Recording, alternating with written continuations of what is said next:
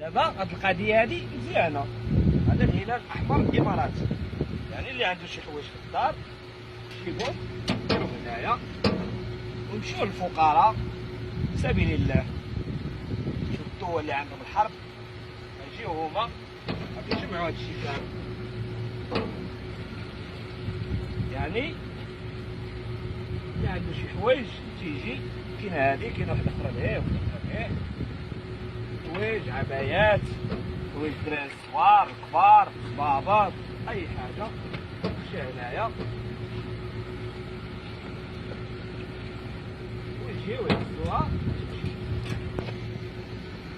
وغادي يديوهم في سبيل الله. تبارك الله عامر، يعني الناس عمرينو مزيان.